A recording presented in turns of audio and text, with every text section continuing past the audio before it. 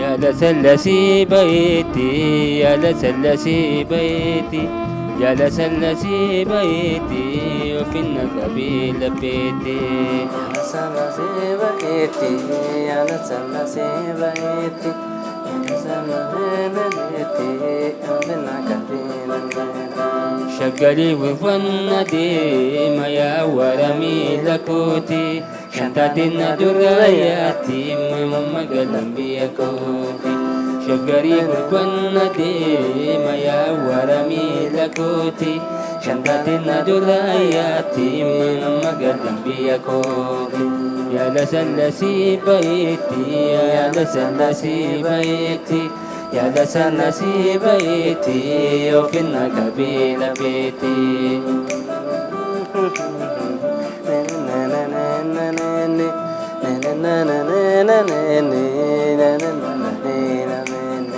يا سلال يا سلال بيدو سنين دراري منك كرم ولا فيدا سلال يا سلال يا سلال بيدو سنين دراري منك كرم ولا فيدا سلال يا لسلسي بيتي يا لسلسي بيتي يا لسلسي بيتي وفي النقبيل بيتي حملة يا كن نوبي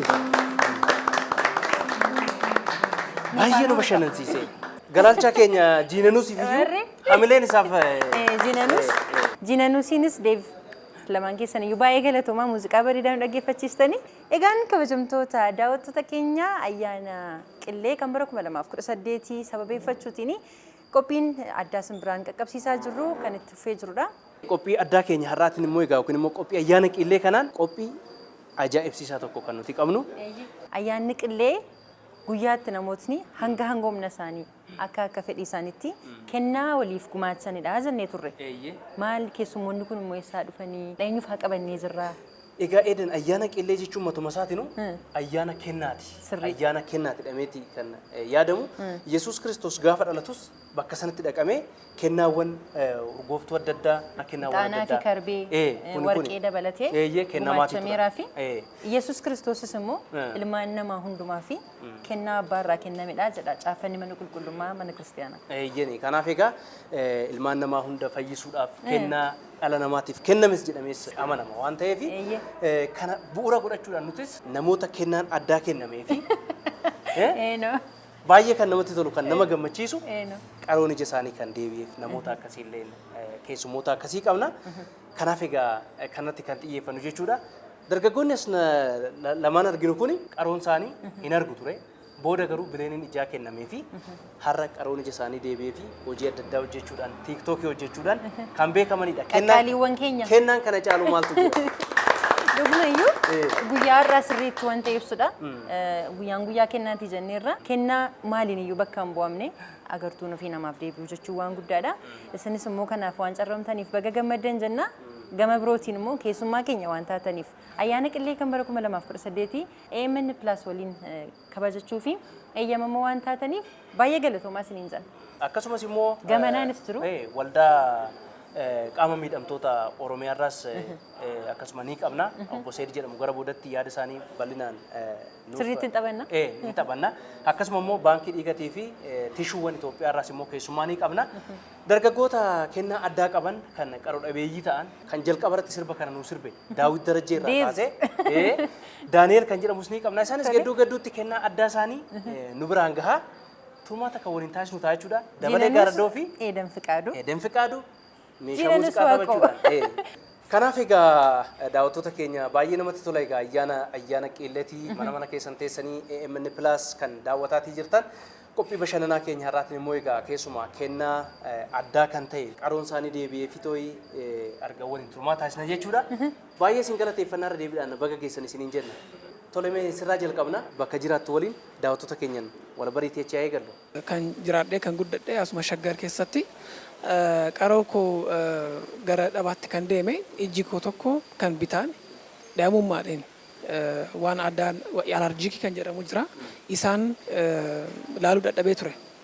Kanaaf waan bu'aa waan baay'ee keessatti hin darbe maaliif namni ijoollummaatiin ol dhufu abdii baay'ee qaba.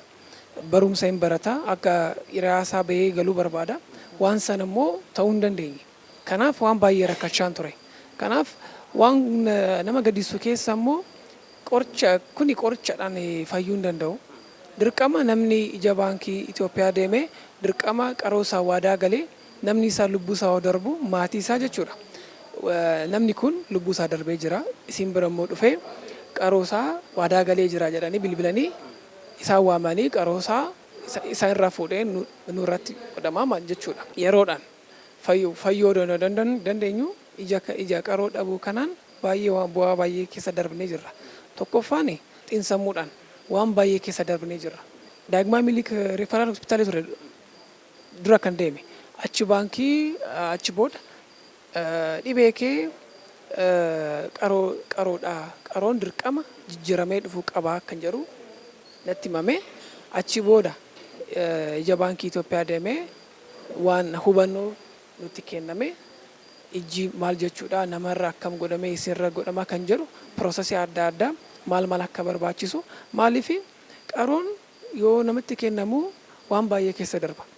Isa waan baay'ee keessa darbanii nama waadaa galchisanii kaasanii laaboraatooriidhaan waan baay'ee godhanii gara ifaatti akka dhufu nu godhu.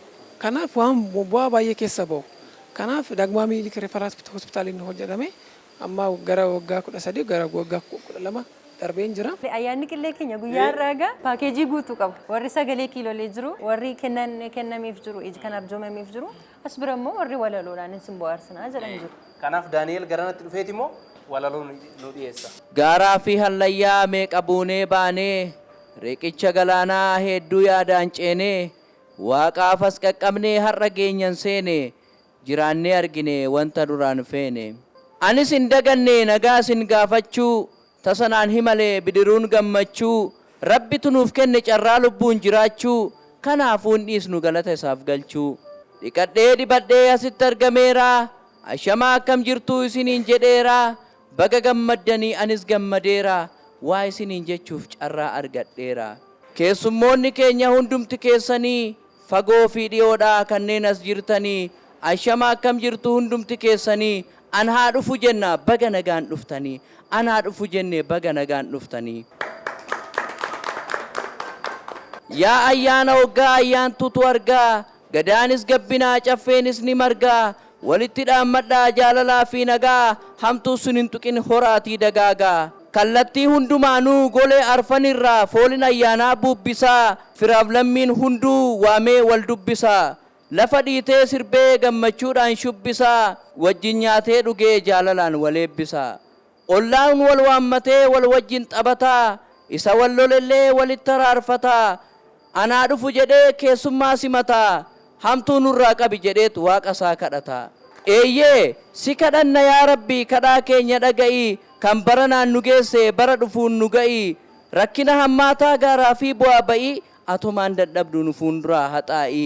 Walaloon koo har'aa kanaan goolabamaa maqaa koo yoo feetaan isinittan himaa mucaa mataa faaxuu jedhaatii na waamaa maqaan koonni sirriin Daani'eel jedhamaa. Baganuun ga'ee milkiif nagaa nuuf haa ta'u kan dhufu Yaani no lelo ajaa'ibaan odeessee jira. Mucaa mataa faaxuun ni jedhan ateera Mucaa mataa keessumaa. Tolega turtiin waliin qabaachaa jirtanitti baay'ee bu'aaraa akka jirtan abdiin keenya guutuudha. Amma immoo gara firee deemnu dabale.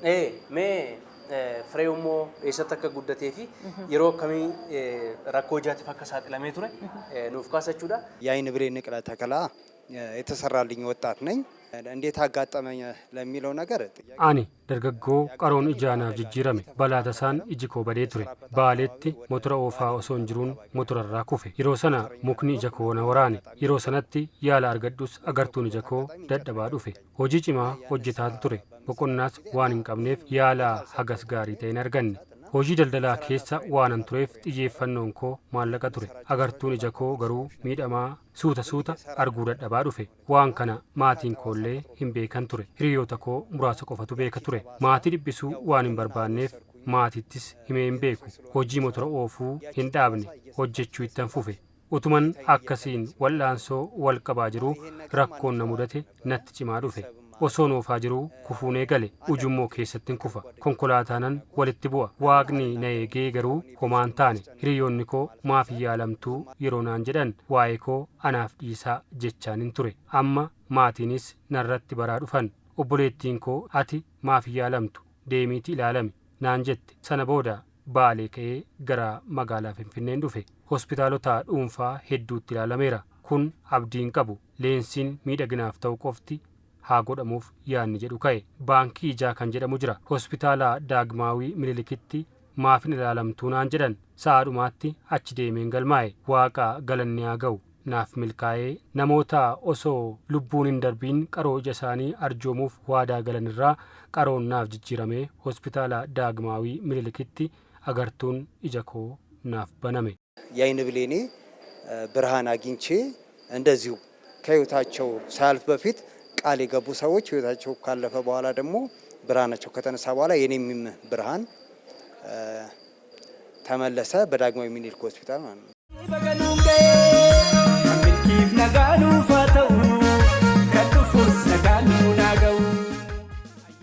warri qaroo dhabeeyyii ta'anis addunyaa kana kan jijjiiran baay'een isaanii ni jiru. Heelen Keeler fa'aa Ameerikaa irraa fudhannee dhalattu lamee Ameerikaa kan turte ijaanis hin agartu gurraan hin dhageessu garuu qo'annoowwan hedduudha addunyaa kanaaf kan hojjette. Keessi isaa ifa ta'uu isaadha wanti guddaan. Namni ijaan yoo arge immoo isa duraanii sana caalaa hamileedhanis jijjiirama guddaa hojjechuu danda'aadha.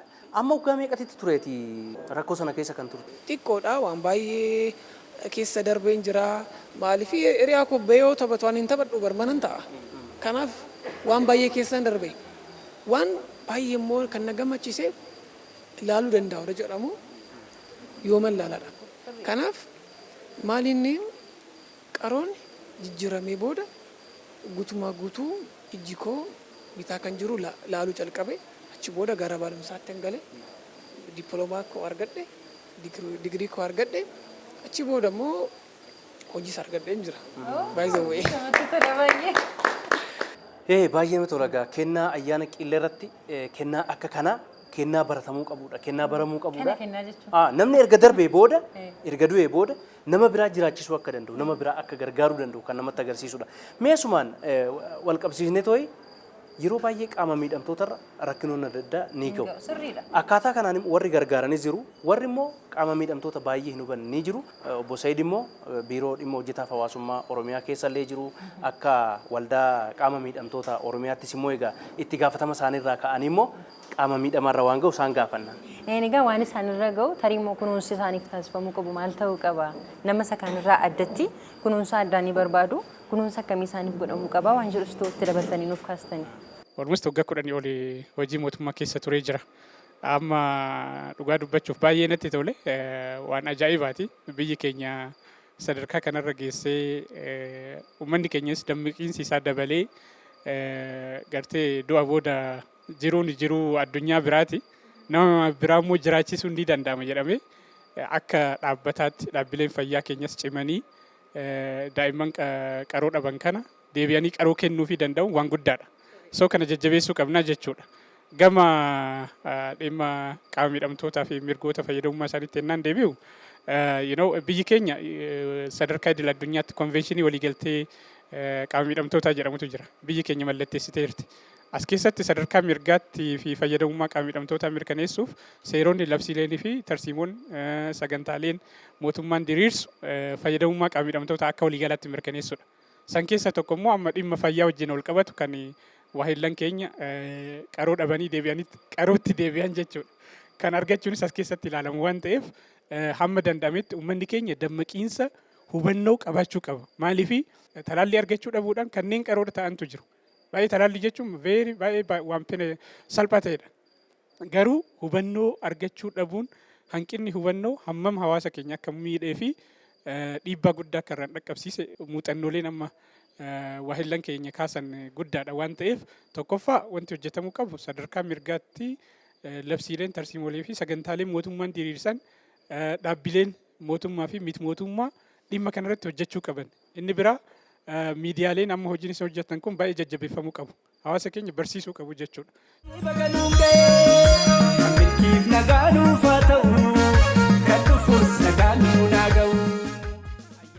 Ammoo akka tasaa taarikuun dhimma ariifachiisaadhaaf waan barbaadameef waan deemeef kanaaf egaa nuti immoo Nuuf galchaan jedheeran. nuuf Nuuf galchaa. galchineerraan isinis of galchaan. Daawwattoonni keenyas of galchaa jennaani. Diraamaa tokko hojjetteen ture. Maal jedhama? Innis ilkaan qaaniidha. Waa'ee malaamaltummaa irratti kan xiyyeeffatu. Seektara kana keessatti yakka malaamaltummaatiin kan shakkamaa jiru tokko maaliif garuu malaamaltummaadhaan kan shakkamaa jiru sumadha. Garuu malaamaltummaa hojjechaa jirta hojjetaa jiru jettee hin dubbatin birraatu haasaa soongatiin qabu. Lakki kun seektara mootummaati bulchaa bashaatu namni siin siwaamiin jiru. Takkaan sagalee namoota adda addaa. Nama sadii. Yeroo kamirraa kaatee qaroo dhabdee ijoollumarraa kaatee argaan turre moo ergasii qorannoowwan adda addaa taasisteetta barumsa keellee hunda adeemsa isaa nutti hima. Ani godina Lubbabora aanaallee magaalaa Goreettiin dhaladhee kan barumsa moo kanan barachaa ture mana barumsa addaa qaroo dhabee sabbataati. Garuu immoo qaroo kana kanan dhabe garaadha keessatti uumamumaan jechuudha. Umurii barumsaaf gaafa gahu sabbataan dhufee godina Lubbabora irraa yeroo umuriin koo 9 eessumni koo odeeffannoo dhagee manni barumsaa kanaa jira kan jedhamu manni barumsaa qaroo dhabee jira kan jedhamu isaan booda achitti galee baradhee sadarkaa lammaffaa immoo haayiskuulii sabbataatti kanan baradhe isaan booda carraan digirii naqa qabeennaan qabxiinaa dhufeennaan yuunivarsiitii Jimmaatiin baradhee afaaniif ogbarruudhaan giraajuweetii gochuu danda'een jira. Sirballee hojjettee jirta miti kee? Hojjedheen jira. Kilippii tokko hin qabda. Foollee hojjedheen Ishee irraa xinnoo isheen hin Meeduu jirtaa? elimeeshii. Fooliyyoo koo yaa roobaa ittiin bulla gadaa meelbaa durii michilleef qondaalaa eeyyeen qabna gadaa eebbaaf jaalalaa noorii yaa sirna gadaa noorii birmajii dabballee rabaa doorii noorii yaa sirna gadaa noorii foollee michillee rabaa doorii fooliyyoo yaa roobaa warri gadaa meelbaa afuudhaan nu eebbaa. Ittiin bulla gadaa meelbaa durii michilleef qondaalaa. Eeyyeen qabna gadaa eebbaaf jaalala. Durii michilleef qondaalaa. Eeyyeen qabna gadaa eebbaaf jaalala. Fooliyyoo koo yaa roobaa ittiin bulla gadaa meelbaa. Durii michilleef qondaalaa. Eeyyeen qabna gadaa eebbaaf jaalala. Durii michilleef qondaalaa. Eeyyeen qabna gadaa eebbaaf jaalala. Foolleen gaachana saba Oromoon gaaddisa qaba. Foolleen gaachana saba Oromoon gaaddisa qaba. Foolleen gaachana saba Oromoon gaaddisa qaba. Foolleen gaachana saba Oromoon gaaddisa qaba. Bareeddi turte sirbittiin baay'ee. Sagaleen kee baay'ee bareedaadha dhugaa. Sagalee isaatu ittiin dhiphatiin iyyuu hin bareeda. Kana dura qoratamtee beektaa sadarkaan ija keetii kun maalirra akka jiru otoo qaroo ijaa argattee fayyuu hin danda'u wanni jedhamu wanni sitti himame maal dhame? Wanti natti himame yeroo xinnummaatti kanan qoratame sadarkaa ammaa kana irratti hin qoratamne. Yeroo sana maal siin jedhan? Yeroo sana manaxirii guddaa sirriitti na sakatta'aniiru. Manaxiriin si barbaachisaa jedhanii amantaan arguu keenya balaa nan jedhan.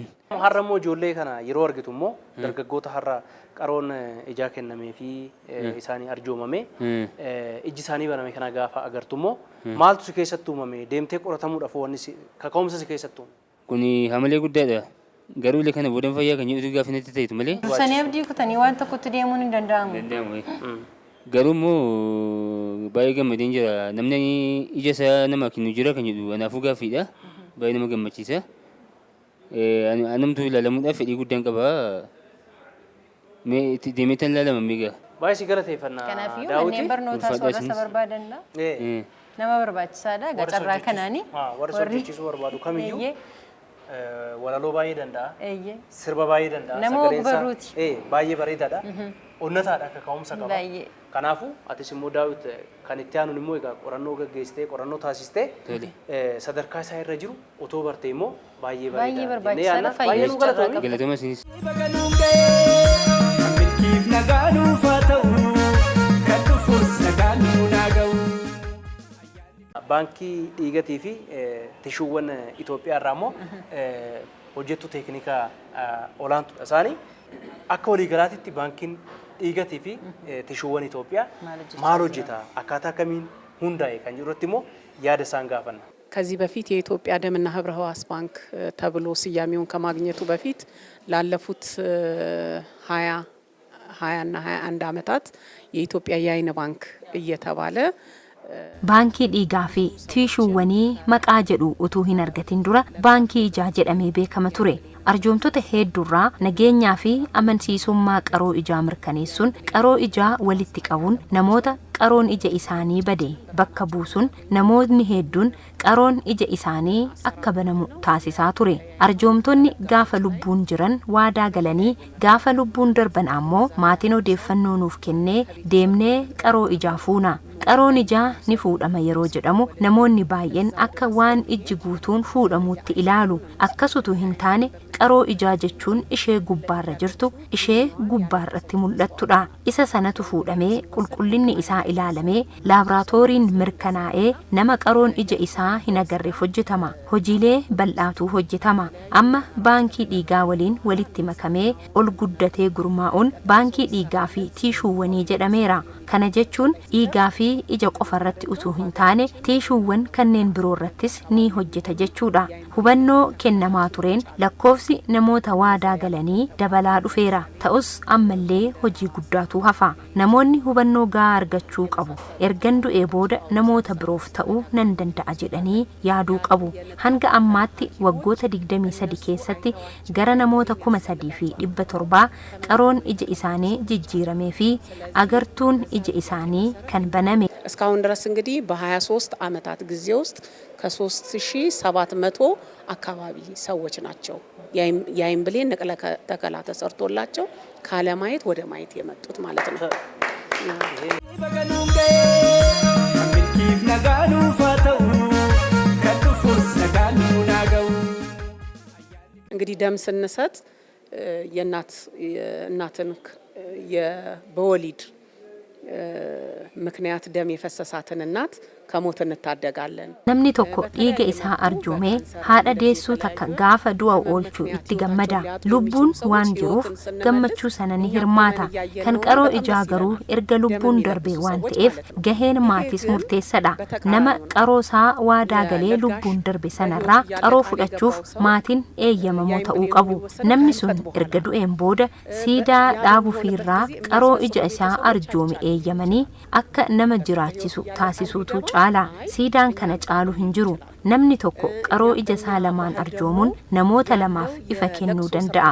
Aadaan boo'icha keenyaa ulfaatadha. Nama waadaa galee du'erraa qaroo fudhachuuf maatirraa qormaatatu nu mudata. Kanaaf ammas hubannoo irratti hojjetamuu qaba. Namni yeroo lubbuun jiru waadaa galus qaroon kan fudhatamu yeroo lubbuun darbe booda. Namni tokko lubbuun darbee sa'a 8 hanga sa'a 12 gidduutti qaroon sun fuudhamuu qaba. Baganuun ga'ee milkiif nagaa nuufaa ta'u kan dhufuus nagaa nuu naa ga'u.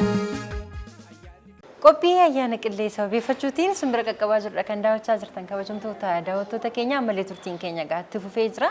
Amma eenyu bira geenyerra dabalee Daanii bira geenyerra. Daani'el bira geenyerra. Daanii. Innoo maal fakkaata laata bakka dhaloonni isaa haalli Baga guddina walumaan isaa. geenye. Tole gaandaanii nu wajjin wal barreerra wajjin taphachaa ollee tariitii daawwattoota keenya wajjin tolu barte. Egaa ani maqaan koo Daani'el Abaataa iddoon dhaloota kootii godina Shawaa Lixaanaa Jalduu kan inni itti baradhe immoo mana barumsaa sabbataa ijoollee qaroo dhabeeyyii ta'us gaa kutaa tokko haga 12 achumattan baradhe.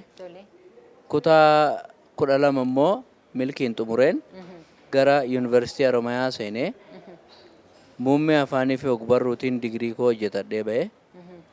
Kana fakkaatti seenaan koo. Wanti kun yoom sirratti uumame? Rakkoon kun ija keerra yoom qaqqabe? Tariitii hammam immoo rakkoo kana wajjin turteettaa waan jedhu. Dhaladhee guddannaan kanuman arge. Kanaaf akkuma dhalatteen qaroo dhabeessa taatee uma dhalatte. Sana booda qorannoowwan akkam akkamii yaalii taasisuu yaalteettaa?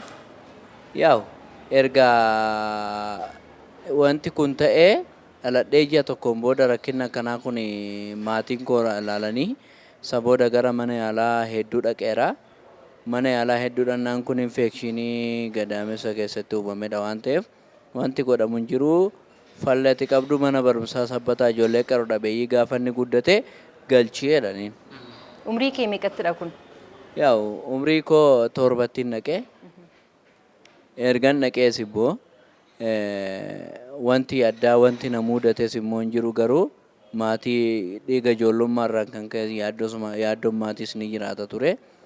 Egaa waan akkana kanaatti ture. Milkiif nagaanuuf haa ta'u kan dhufuus nagaanuu naa ga'u. Egaa kabajamtoota daawwattoota keenya ayyaana qillee sababeeffachuudhaan magaalaa Finfinnee kutaa magaalaa Boolee reestooraantii Ayyuutti argamuudhaan egaa kan isin biraan gahaati turre keessumaa immoo namoonni qaroo isaanii arjoomuudhaan qaroon isaanii kan baname akkasuma ammas immoo warra qaroo dhabeeyyii ta'anii kan jiran dhimma kennaa waliin wal qabsiisne tooyi ayyaanni qillee ayyaana kennaati jedhamee waan yaadamuuf kanaaf egaa qaroo fi kennuu jechuun immoo gumaachuu jechuun immoo waadaa galuu jechuun namni erga qaroo isaa kan kennuu danda'u erga lubbuudhaan darbee booda kanaaf kana waliin wal qabsiisne kennaa addaa kana namni kamiyyuu waadaa galee erga lubbuudhaan darbee booda immoo nama biraa jiraachisuu akka danda'u ergaa ittiin dabarsuudhaaf egaa qophii kana kan isin biraan geenye kanumaan goolabnee jirra. Eenigaan kabajamtoota daawwattoota keenya qaroo fi gumaachuu jechuun nama gumaachisuun taasifameefii fi hiikaa fi gammachuu akkamii akka qabu qophii keenya guyyaa har'aarraati daawwachuutiif dandeessaniitti kan isin jirtan.